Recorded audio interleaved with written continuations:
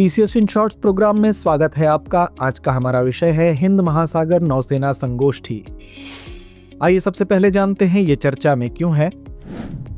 हाल ही में भारतीय नौसेना ने कोच्चि दक्षिणी नौसेना कमान में हिंद महासागर नौसेना संगोष्ठी के तत्वाधान में उभरते नेताओं के पैनल चर्चा का आयोजन किया है। इस पैनल चर्चा ने हिंद महासागर क्षेत्र के नौसेना अधिकारियों को समुद्री सुरक्षा, तकनीकी नवाचार, प्रशिक्षण और क्षेत्रीय सहयोग पर विचार विमर्श करने का एक मंच प्रदान किया।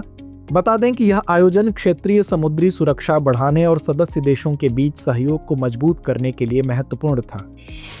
आइए अब जानते हैं हिंद महासागर नौसेना संगोष्ठी क्या है। यह एक स्वैच्छिक क्षेत्रीय पहल है। इसका उद्देश्य हिंद महासागर क्षेत्र के तटीय देशों की नौसेनाओं के बीच सहयोग बढ़ाना है। इसमें वर्तमान में 34 देश सदस्य हैं, जिनमें भारत भी शामिल है और 9 देश पर्यवेक्षक हैं। इसका पहला सम्मेलन 2008 में नई दिल्ली में आयोजित हुआ था। बता दें कि इसके तहत मानवीय सहायता, आपदा राहत, समुद्री डकैती नियंत्रण, क्षमता निर्माण आदि कार्य किए जाते हैं। आइए अब जानते हैं हिंद महासागर क्षेत्र के बारे में। यह विश्व के महासागरों का लगभग 5वां हिस्सा है, जो एशिया, अफ्रीका, ऑस्ट्रेलिया और अंटार्कटिका से घिरा हुआ है। इस क्षेत्र में प्रमुख जलडमरू मध्य जैसे स्वेज नहर, मलक्का जलडमरू मध्य और होर्मुज जलडमरू मध्य वैश्विक व्यापार और ऊर्जा आपूर्ति के लिए महत्वपूर्ण है। यह विश्व के तेल, माल परिवहन और कंटेनर ट्रैफिक का एक बड़ा हिस्सा संभालता है तथा समुद्री संसाधन जैसे मत्स्य पालन, अपतटीय तेल और खनिज यहाँ प्रचुर मात्रा में उपलब्ध है। इस क्षेत्र की सतही धाराएं वैश्विक महासागरीय परिसंचरण को प्रभावित करती हैं। आइए अब जानते हैं हिंद महासागर क्षेत्र में भारत की भूमिका क्या है। भारत IOR में एक एकीकृत कर्ता के रूप में कार्य करता है, जो क्षेत्र की सामूहिक सुरक्षा, सतत विकास और सहयोग को बढ़ाता है। भारत सागर पहल के माध्यम से क्षेत्रीय सुरक्षा तथा आर्थिक विकास को सुदृढ़ करता है।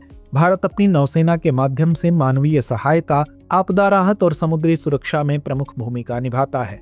भारत IORA, IONS और हिंद महासागर सम्मेलन जैसे क्षेत्रीय मंचों का नेतृत्व करता है। साथ ही सुरक्षा सहयोग, संयुक्त अभ्यास और तकनीकी संवाद भारत की क्षेत्रीय समुद्री प्रभाव क्षमता को भी बढ़ाता है। बता दें कि एक्ट ईस्ट और नेबरहुड फर्स्ट जैसी नीति पहलों से भारत नेटवर्किंग और समुद्री कनेक्टिविटी को मजबूत कर रहा है। तो आइए अंत में नोट करते हैं आज का अभ्यास प्रश्न। हिंद महासागर क्षेत्र के संदर्भ में निम्नलिखित कथनों पर विचार कीजिए। पहला, यह विश्व के महासागरों का लगभग 5वां हिस्सा है। दूसरा, यह केवल एशिया और ऑस्ट्रेलिया से घिरा हुआ है। उपर्युक्त में से कौन सा या कौन से कथन सही है या है? विकल्प ए केवल 1, विकल्प बी केवल 2, विकल्प सी 1 और 2 दोनों या विकल्प डी ना तो 1 ना ही 2। तो इस प्रश्न का जवाब कमेंट बॉक्स में देना ना भूलें। धन्यवाद।